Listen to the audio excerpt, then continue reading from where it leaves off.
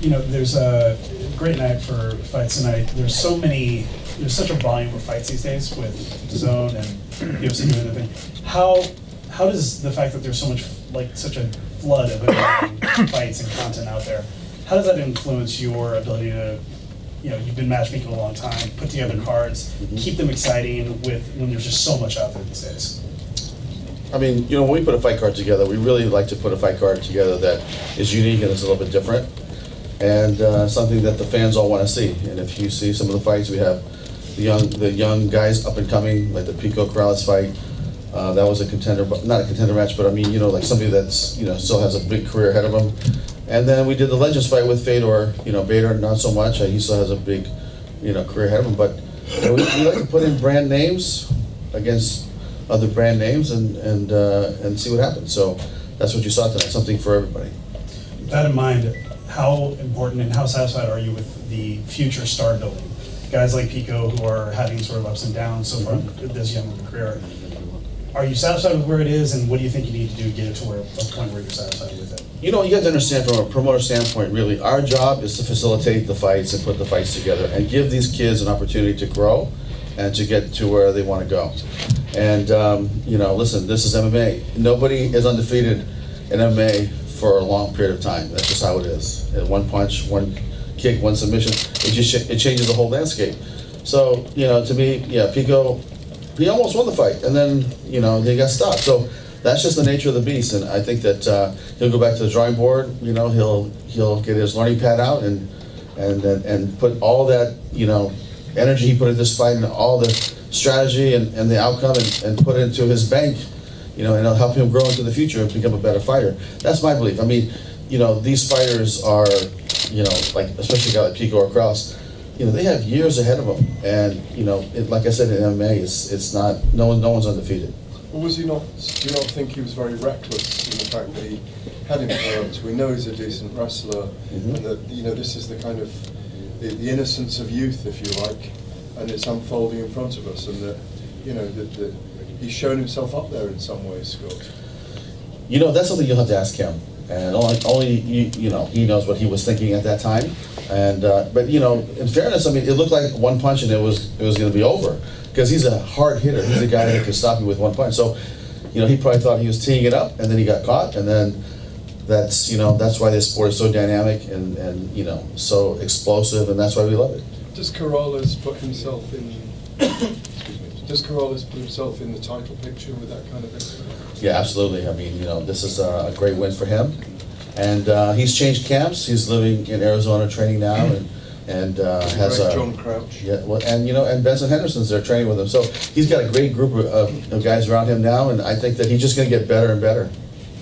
Scott, Ryan Bader, I don't know if he was even hit this entire tournament. He kind of ran through the field. Right. Where would you put a guy like that on the pound for pound list, so to speak? Man, I don't know how you could, I mean, he's got to be right up there in the top 2 or 3, in my opinion. The guy is dangerous. And I'm not sure if I'm just imagining, but it seems like he's becoming a better and better striker. Because the go-to move was always, go for the takedown, go for the shoot, try to punch, go for the shoot, ground and pound. But, now, like the King Mo stoppage and this stoppage, I mean, I think he was setting up what he hit him with. And he caught him, and then that was it. These guys are big, strong men. One punch, and, it's over. He has the 2 titles now, and we've seen, I guess, recently that you come double champion, you don't defend one of those titles. What is next for Bader? Do you see him defending both of them? What do you I mean, I'm sure eventually he's got to go back to 205 and defend the title there, right? Yeah, you know what? That's going to be up to Ryan, because as long as we don't have, the light heavyweight being jammed up, let's, for instance, if Gegard eventually, because he told me he wants to move up, and Lloyd might want to move up at some point, and fight Bader, at 205. As long as those fights aren't, right down the road for him, we're going to give him a little bit of leeway to say, hey, if you want to defend the heavyweight, then you could do it, and then he could go back and forth. But I think that eventually, there will be a bottleneck at some point, and then we'll just all make a business decision. And the Minikov Congo winner gets the next heavyweight title shot. Is that correct? That's correct. Okay. And Ryan told me the other day that he has 1 fight left on his contract. Mm-hmm. I imagine you guys are going to. Well, I don't know if that's accurate. Yeah, I don't think that's accurate. Champions. There's champion clauses. Okay. I think that we have quite a bit more time with multiple fights So you should get with Dave Martin and talk to him about that, but believe me, we've read that contract.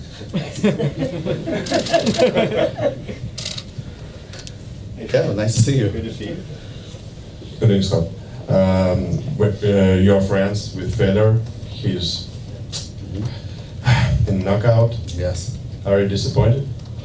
You know, I'll tell you, my job is to put the best fighters in there that we can, and I think that we did that tonight. And you never want to see a friend get hurt, but you know, it was one shot, and when I saw him leave, he seemed to be okay. So at least he's not hurt seriously, and you know, I hope that he's fine. But yeah, it is. You know, it's never easy to see your friends, you know, get hit, get knocked out, and get hurt. Do you think will he fight again? That's really up to him. You know, that's really up to Fedor. And you know, I think that we had a relationship, you know, that lasted for many years, and he fought for me back in Strikeforce. And Fedor, he doesn't have to fight again. He's already done it all. You know, to me, he's the greatest heavyweight of all time. He had such a great run. But really, it's really going to be up to him when he decides to finally, you know, put it to rest. And the last question: his contract is off now. Mm-hmm. That's correct.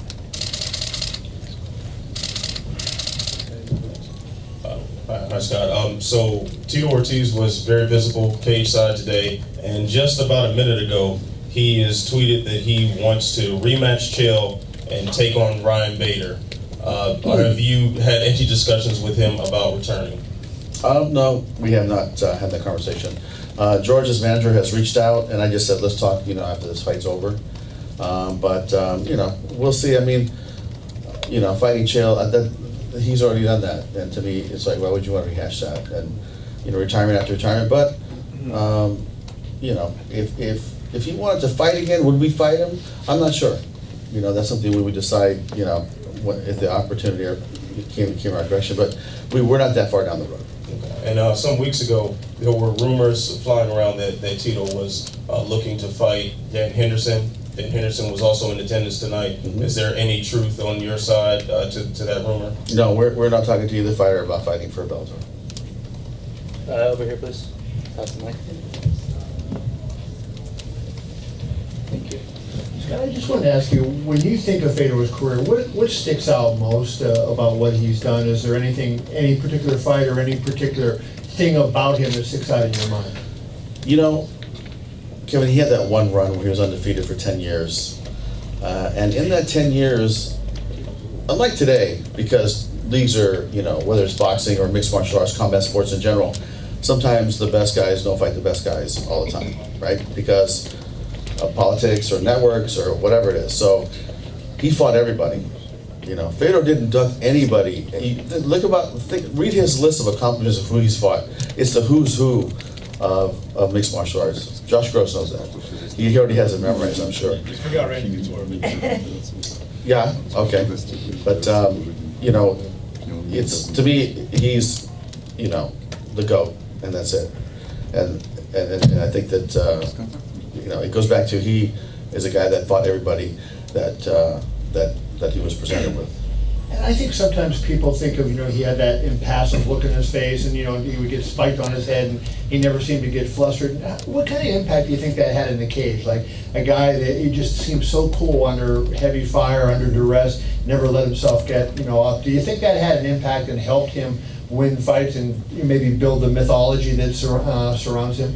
I mean, you know, the first time I saw him fight, he looks like the character in the James Bond movie that, you know, was ruthless and is out there, you know, doing his thing, you know, the Russian spy. But he had a very stoic look about him, and he was out there knocking people out. And, you know, that's what he did for a very long time. You know, for me to promote him in Strikeforce, to promote him here, it's an honor. You know, I consider him a friend, and he's a legend of sport. And this guy is recognizable worldwide. You want to go hang out with him in Japan, you're going to get mobbed. You hang out with him in LA, you're going to get mobbed. He still has that X factor that some fighters never get to. So he's a very special athlete. Scott, from a business standpoint, how would you assess the Grand Prix and what kind of a success it was for the company? Yeah, it was a very good piece of business for Bellator and for Paramount, and it was, I think we started on Spike actually, right? So it's a very good piece of business. It's a piece of business that was good internationally for us because all these fights are distributed all around the world. You know, we have distribution deals in 160 countries around the world, and you know, for sponsorship, activation, sponsors, you know, the people loved it because we didn't just have a tournament. We had a tournament with 8 of, you know, some of the biggest brand names in mixed martial arts, and you know, Ryan Bader chose to be the king, and he's gonna defend that belt, and we'll go forward from there. And it actually worked out for you guys because there was supposed to be the UFC show today in Los Angeles as well. How do you envision coming to the LA market soon again? And if so, when would that be? Yeah, you know, we traditionally come here on this weekend every year, right? And you know, coming to LA once a year, I think has worked. We promote 30 shows. We're going to promote 32 shows this year all over the world. We're launching a European series February 9th in Newcastle. So we're going to be very busy, but we do have fights that I just think make a lot of sense here. When I think of Levina Machida fighting, I think of LA, someplace in LA. When I think of, you know, when I think of Gegard Mousasi fighting, I think of Los Angeles. So a lot of great fighters here. Pico's still here. AJ McKee's from here. There's a great, you know, talent bed here in Los Angeles for Bellator, and we're going to continue promoting in the Los Angeles area once a year for sure, maybe twice a year. 1 or 2 more, guys. Hey, Scott. In leading up to the fight, I think during media day, Fedor said this, through his interpreter, of course. He said, "This, being fighting, is not a passion. This is a necessity. The necessity to come and to stand for the owner of your country." What do you make of that statement? What do you think he meant by that? You know, I can only speculate, but I can tell you this. When I called him to come fight in this tournament, or start fighting for Bellator, he said to me, "I have to go speak to Vladimir Putin." And I said, "Really?" He said, "Yeah, because I'm running his mixed martial arts program for the country." And I said, "Okay, well, let me know how that goes." And 2 weeks later, he called. He said, "Okay, I have his approval." So he had to go to, you know, the leader and the president and get his permission and his blessing. And I'm telling you right now, if he would have said no, Fedor would not be fighting. So he respects him a lot, and he, you know, when with what, you know, your statement there, that's really what it comes down to, is that, you know, he is fighting for. I always said, I fight for God, and I fight for my country. Do you think he's also fighting because Putin is telling him to, or? No. I don't think that's the case. I think that he was just asking for permission because he was running his mixed martial arts amateur program for the country. So he was a full-time employee for the government, is my understanding. Is that correct? Kind of. We'll I don't back on that one. Yeah. Sports ministry, Yeah, he was running the sports ministry for MMA. That's what my understanding was. Okay, and I know his contract's done, and there was a lot of talk of retirement, but what do you want to see happen? And if you have him in Bellator again, how do you match up somebody who's had this run, has built this legacy, and is now at this point in his career? Yeah, I mean, listen, this is how I feel. It's like, you know, he's already accomplished everything, and you know, it'd be nice to see him maybe do something in Moscow as a big celebration, you know, for all his accomplishments, and then, you know, and then move on. That's what I think would be the right thing to do. All right, last one over here with Gary. Thanks, Danny. Scott, the tournament obviously has taken 12 months. You've had 7 events. I think it's 7 events, 7 fights.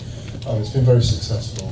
You haven't had injuries. You've got the welterweight tournament that has enabled you to earn, you know, over $100 million US from DAZN over 3 years. Do you think tournaments are the way forward? And do you intend to do tournaments in any other divisions?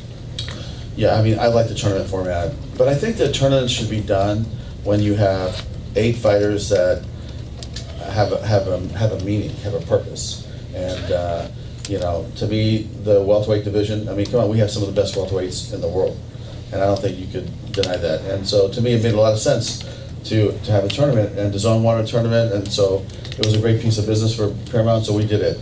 As far as having it in other weight classes, when I look at our featherweight division, that's something that's very attractive. But we'll see. Let's get through the welterweight tournament first.